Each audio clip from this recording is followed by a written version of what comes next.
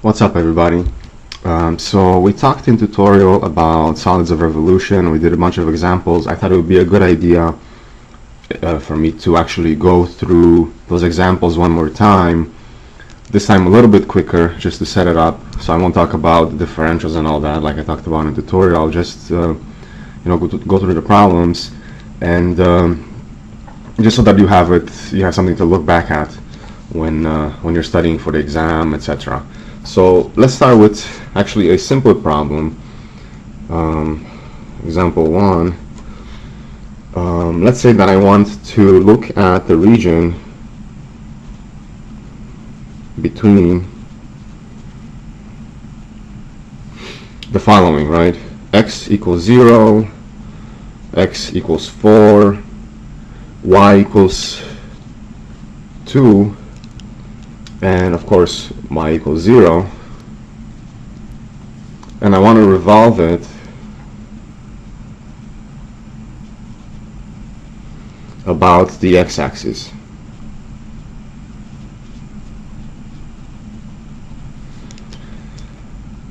So just like with any of these problems, the first thing that I'm going to do is I'm going to first draw a picture of what this region looks like. So just really quickly over here, I'm going from x equals 0 to x equals 4.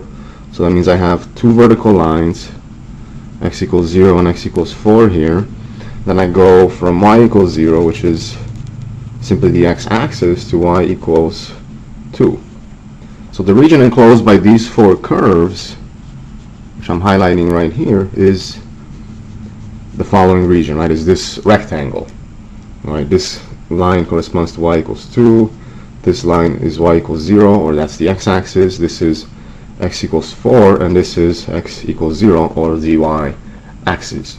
Right? So the region inside those, right, is the shaded area. So now if I revolve this around the x-axis, here's the picture that I'm going to get. So I'll draw it right here. Well, first I have this going up at 2, this going all the way up to 4. So this is the region that I'm revolving, right? It looks like that.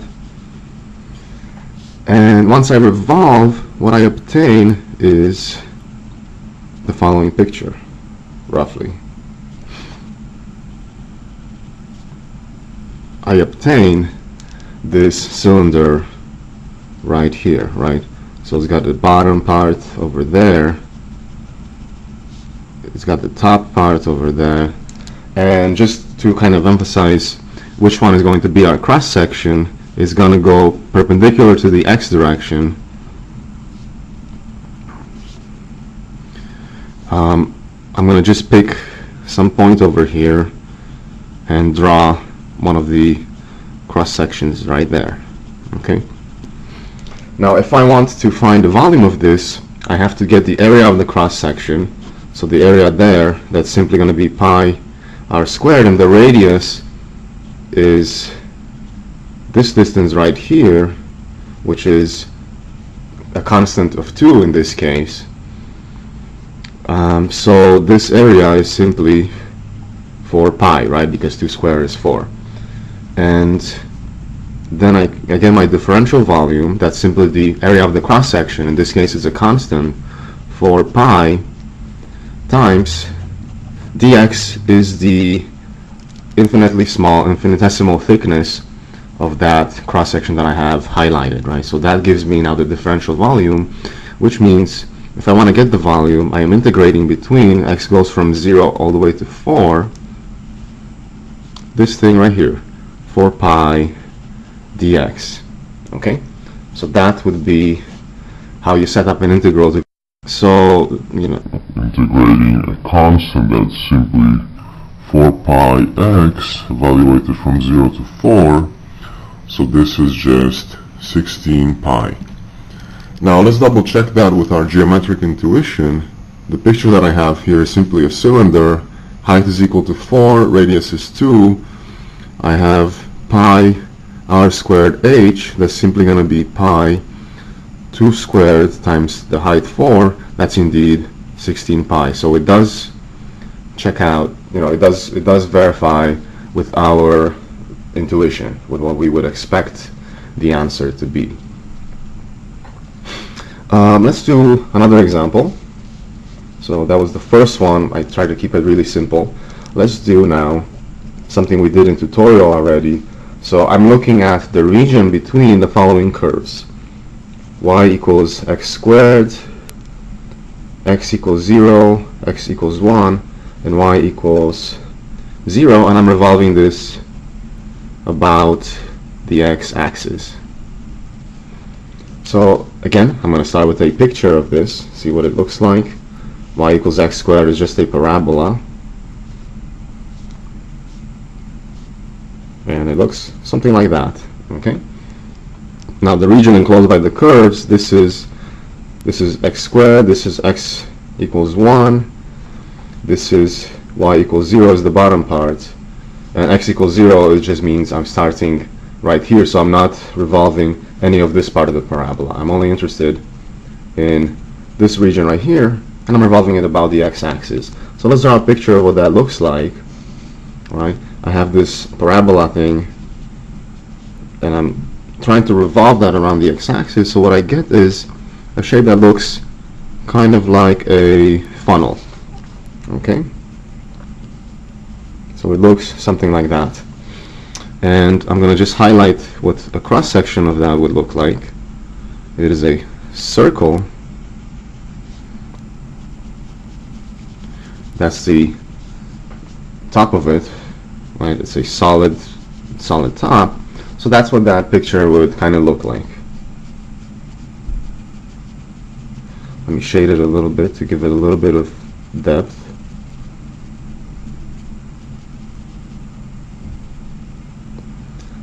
There we go. That's the image that we are all kind of looking at. And we need to figure out, again, the area of the cross-section. So if I pull out a cross-section like that, the radius is going to be given by x squared, which is the height of the function at any particular point, right? And so the area of the cross-section is pi r squared, which would be pi x to the fourth, right? So now I'm going to write over here the formula for my differential volume. That's going to be pi r squared dx, because the thickness happens in the x direction, right? So I'm integrating cross-sections going across the x direction, and which means the volume is simply the integral of this differential volume, pi r squared dx, and the integral is going to go from x equals 0 all the way to x equals 1. Okay, that's where I stop. So I go from 0 to 1. Now I replace r with what I know it is, that's x squared, so that means the volume is really the integral from 0 to 1 of pi x to the fourth dx. And that's the integral that would represent the volume of this shape. Now what if I wanted to do the same exact shape, but this time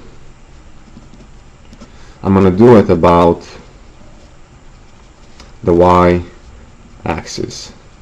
Right, so I have the same exact cross-section as here, except now I'm revolving it in the y direction, like so. Let's see what that's going to look like. I'm going to draw the picture down here. So here's the, let me erase that really quickly. Here is that part of the parabola. Right, it's going from 0 to 1, but this time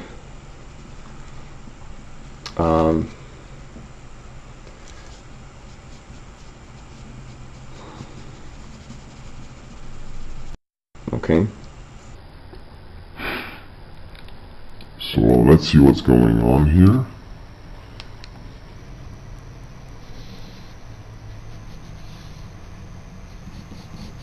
It's going to look something like this. It's basically going to look like a cylinder, okay, but it will be hollowed out, so there'll be a missing piece in the cylinder. So if I pick a cross section right here, what that cross section is going to look like now is a washer. There'll be a middle piece missing. So let me shade that in for you. This would be the appropriate cross-section for my picture. Okay, so there's a middle part missing from that cylinder. So of course we need to figure out what the cross-sectional area is, and notice I'm gonna bring that picture out here. What I have is I have a, this is my axis of revolution. I have a large radius, let's call it big R, and that stays a constant of 1 because that's given by this right here. And I have a small radius, little r, right, which is the little r that's inside here. So that's little r there, and then the big radius, let me rotate the page a bit, looks like that. Okay, it goes all the way to the outer edge of this washer.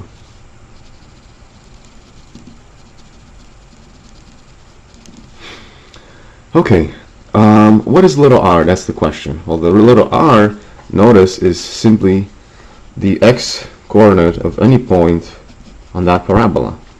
Okay? Right, because that's the distance in the x direction. So, if my curve was y equals x squared, I simply solve for x in this equation, right? So that's simply square root of y, and now I'm able to write a differential volume. That's going to be the cross-sectional area, which is the area of the outer minus the area of the inner, right? So that's going to be pi capital R squared minus pi little r squared, and to make it a differential volume, I simply multiply by dy. Because I'm integrating now, I go from bottom to top, integrate in the y direction across those, along those cross sections. So if I go ahead and replace this, I can factor out a pi. Capital R squared is 1. Little r squared is simply square root of y squared, so y dy, just like so. Okay. So that's the differential volume in this case. And the volume is going to be given by the integral of this, and y is going to go from 0 to 1. So you can see, because the point 1 comma 1, that's the y coordinate of that last point over there. So I go from 0 to 1 in the y direction of pi 1 minus y dy. That would be an integral for the volume of this shape. Now let's change this problem a little bit, right? Let's do another variation on this. So let's say I am looking now at the curve y equals x squared, but now I'm going to bound it by, not by x equals 0, but by x equals 1. No, I'm sorry. I'll keep x equals 0 and y equals 1. So let's see what that picture looks like. I still have my parabola, but now I'm bounding the region by the y-axis and by the line y equals 1. So the thing that I'm rotating about y looks like this, and the shape that I get is going to be looking now like a ball. So it's really just the missing piece that I had removed from here earlier, right? So it's going to look just like so. Okay.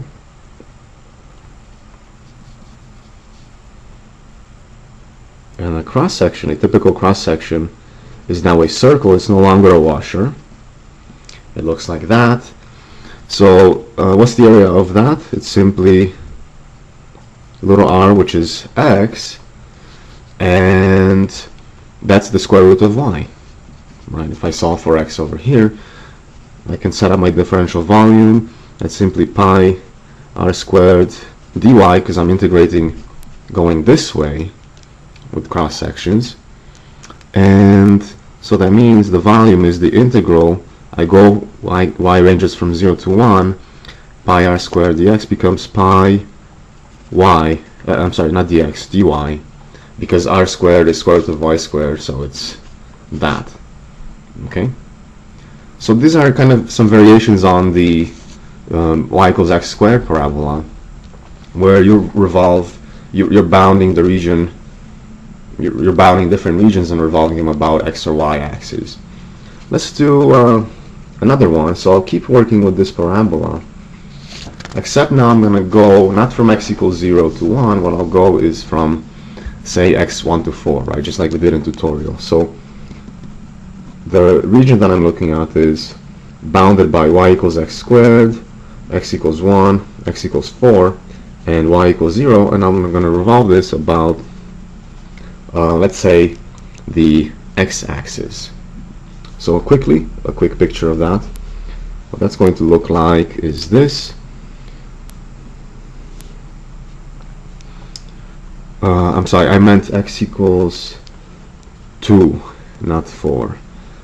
I don't want to draw it that high. So I'll go from 1 to 2, and the curve x equals 1 here, X equals 2 here, and y equals 0 here. So the region that I'm revolving is that. Okay, and I'm revolving that about the x-axis. So let's see, what is that going to look like? I'll draw it from a different perspective because it'll be easier to see. So it'll be simply something that looks like this. Okay? Where this part is the parabola.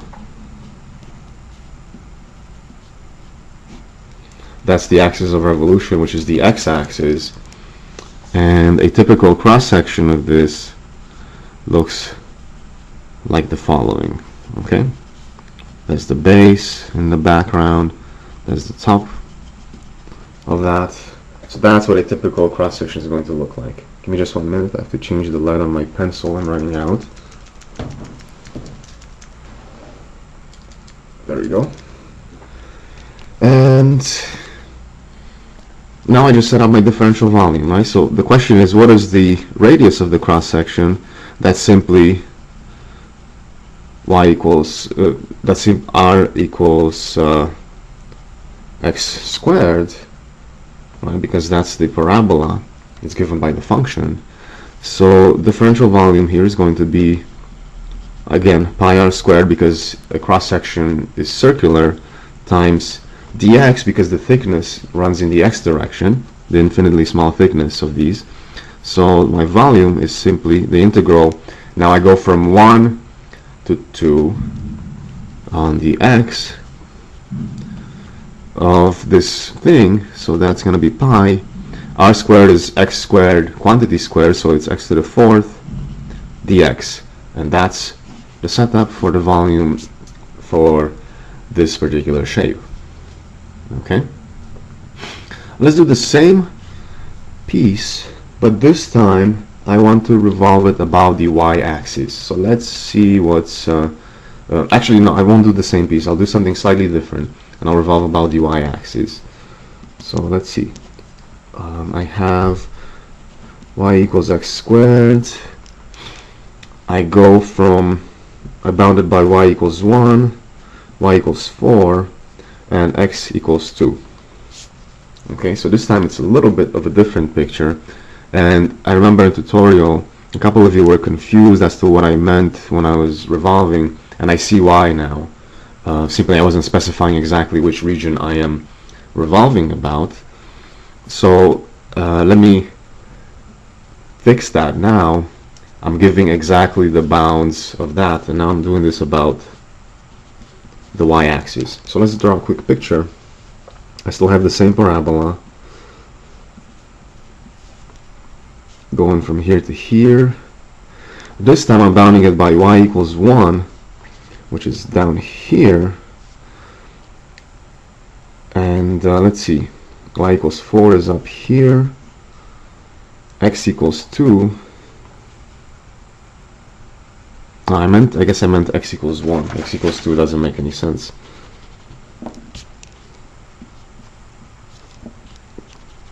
So I'm doing x equals 1. So that's going to be this shape right here. Oh, I'm sorry, I meant x equals 0. I'm messing up again. I'm trying to remember. I don't have the lecture notes from yesterday, so I'm kind of trying to remember what problems I did. So this is now the picture that I'm rotating, right? So y equals 1 is given down below. Y equals 4 is up above. This is x equals 0. And this is y equals x squared. That's the region that I'm revolving about the y-axis, which means I get a picture that looks something like this.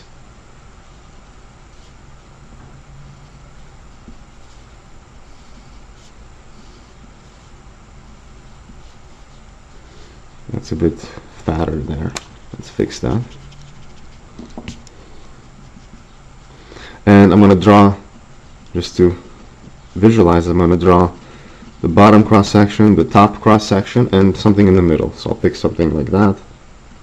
That's what the typical cross section of this would look like.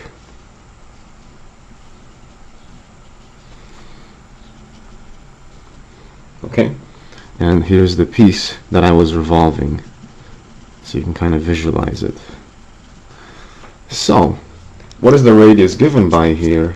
Well, that is given by, over here, radius equals the x coordinate that's on the parabola, and that allows me to set up my differential volume. That's pi r squared, so it's pi x squared dy, because the thickness runs vertically in the y direction. So this is simply pi, y is x squared, so it's pi y dy. And setting up the integral should be very simple. Y is going to run from 1 to 4 pi y dy, and that's it. That's the integral representing the volume of this piece. Okay, so far we've been doing curves that kind of touch the axes, and there was one example where we had a washer and all of that. So let's do now an example where we're doing an intersection of two functions this time. Okay, so I'll do that next. Let's say that I'm looking at the following. I want to look at y equals x squared and y equals root x, not x squared, root x. So I'm looking at the region bounded by these two curves, and I'm revolving this about the x-axis. Okay, let's draw it very quickly. This should be fairly easy to draw. Y equals x squared is this parabola going like that. Y equals root x happens to be the inverse function of that. So there's kind of this symmetry along this 45-degree angle line going on in our picture, and the region of intersection that I'm revolving is this. Okay, let's revolve that and let's see what the picture looks like. So I'll draw it slightly smaller here. This is the region that I'm revolving.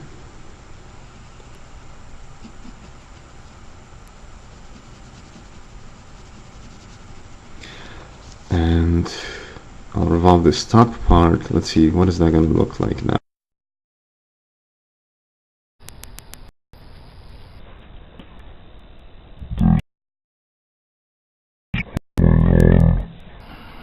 And now I'll draw a typical cross-section somewhere around here.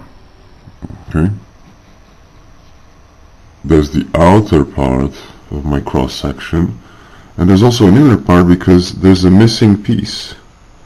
Okay, so my typical cross-section is this washer right here. Okay, hopefully you guys can kind of visualize that based on my picture. And this is the there is no cross section at the top because it's hollow, right? So it's hollowed out, and that's what it's going to look like.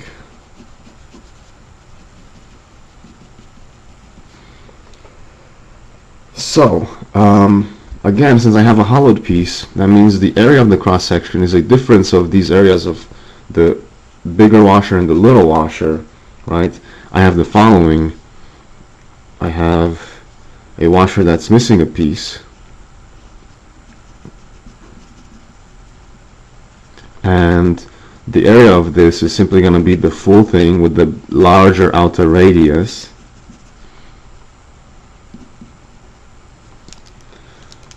with area pi capital R squared, and I subtract the little piece, right, which is pi little r squared. Now the capital radius, if I go back to my picture here, is the following. That's capital R,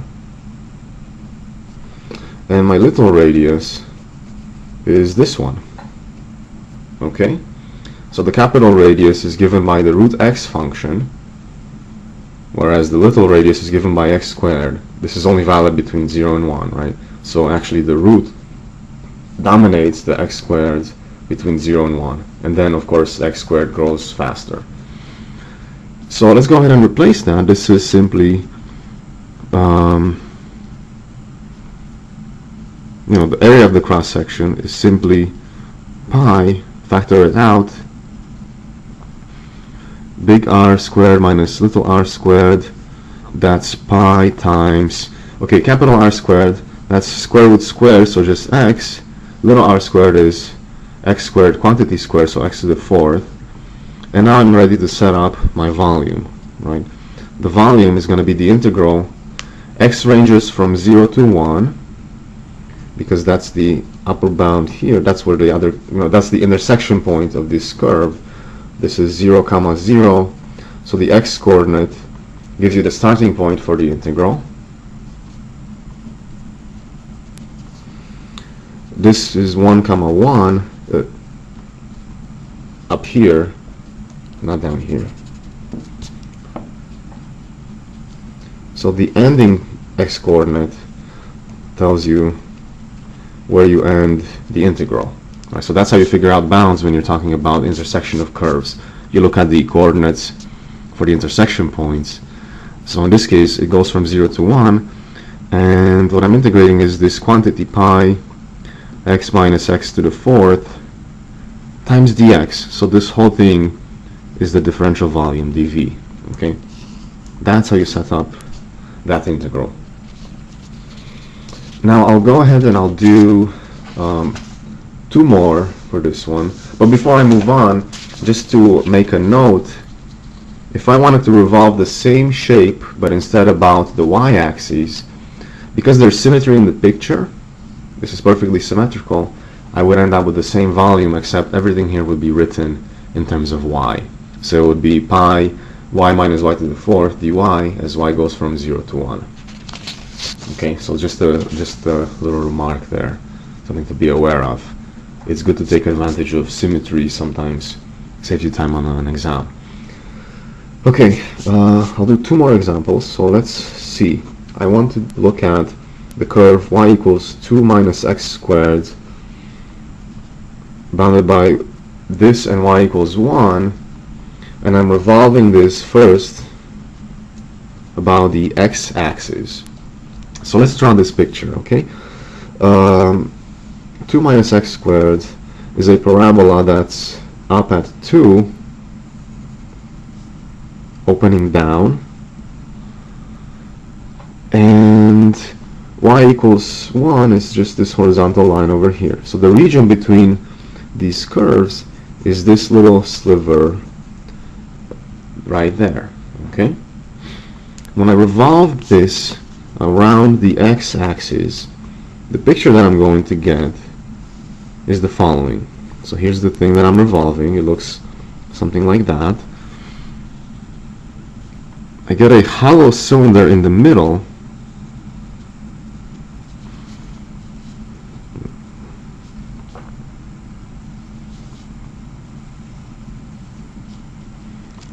That's not quite what it looks like. Let me fix that.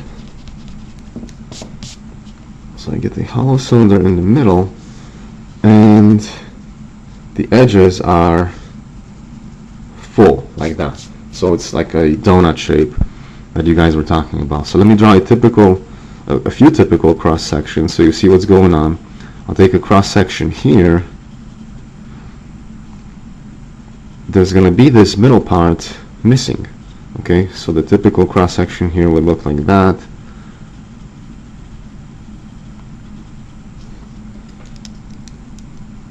And I'll do one in the middle here.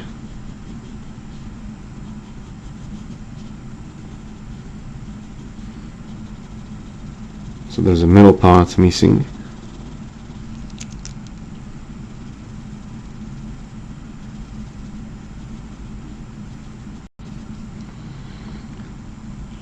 So these are all kind of washers, and I'll do another really tiny.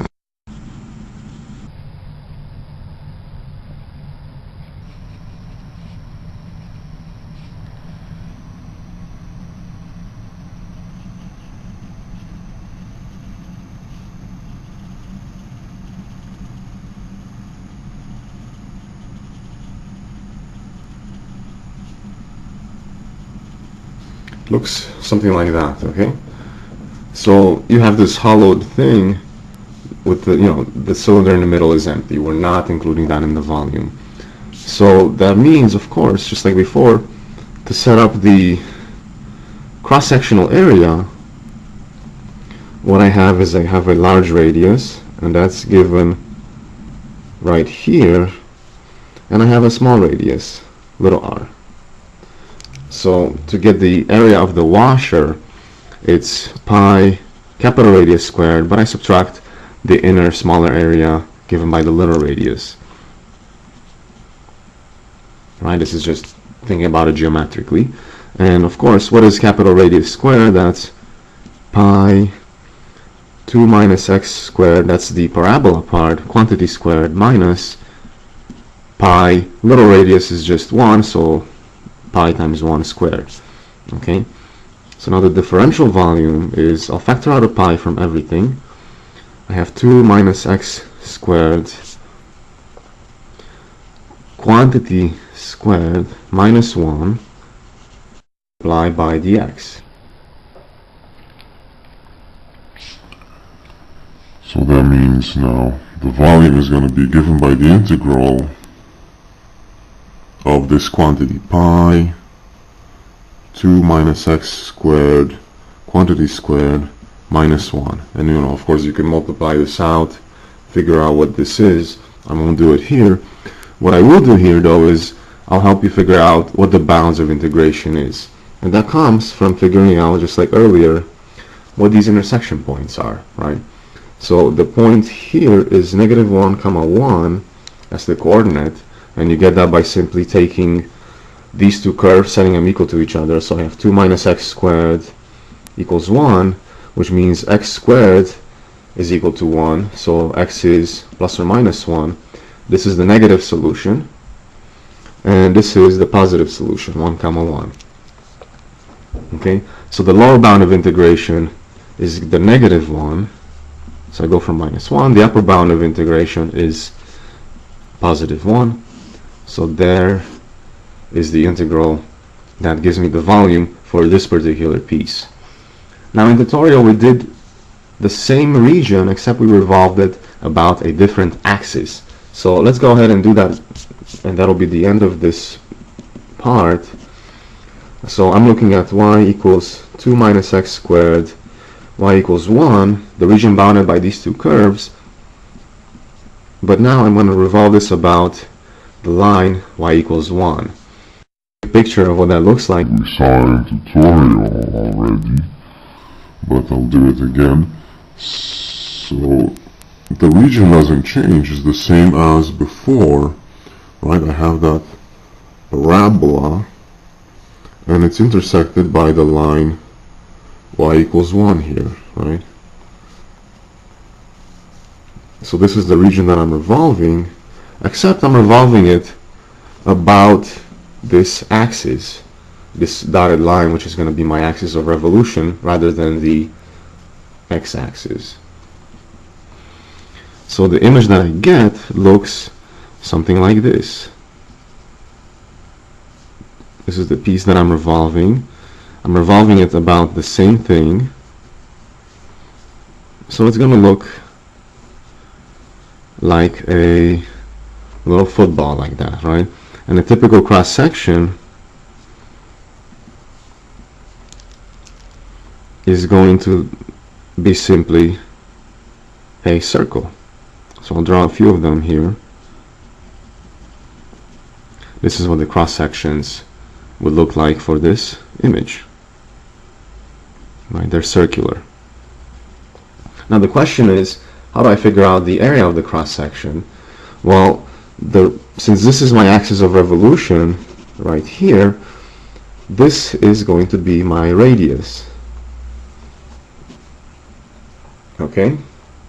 So the radius is going to be top curve 2 minus x squared minus this distance right here, right? Because what I'm doing is I'm doing the difference between this point and this point. I'm subtracting that from the radius to obtain just what I need here.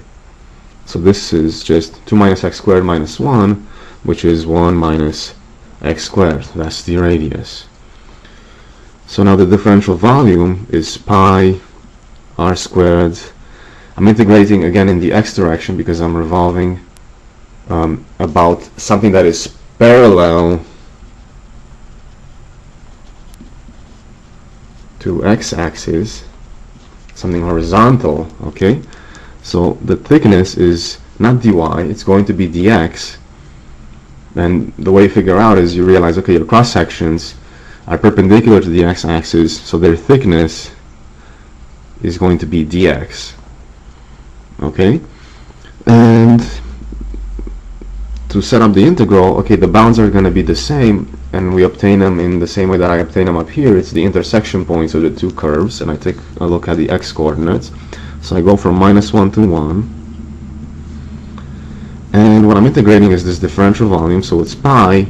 The radius we saw is 1 minus x squared, quantity squared, because I have to square the radius, times dx. So that would be the volume for this scenario, where we're revolving about something that is not the x-axis or the y-axis, right? So it's something different. The only difference here is I have to be a little more careful when computing my radius. I cannot take the height of the curve. What I do is I take the radius to be the difference of the two, right? So in the previous example, notice I have radius squared minus little radius squared. Over here I have radius minus little radius, and then I square it like so. Okay, so that's what we went over in the tutorial last time, and I'll record another lecture with more examples like this later on. Okay, see you guys Thursday.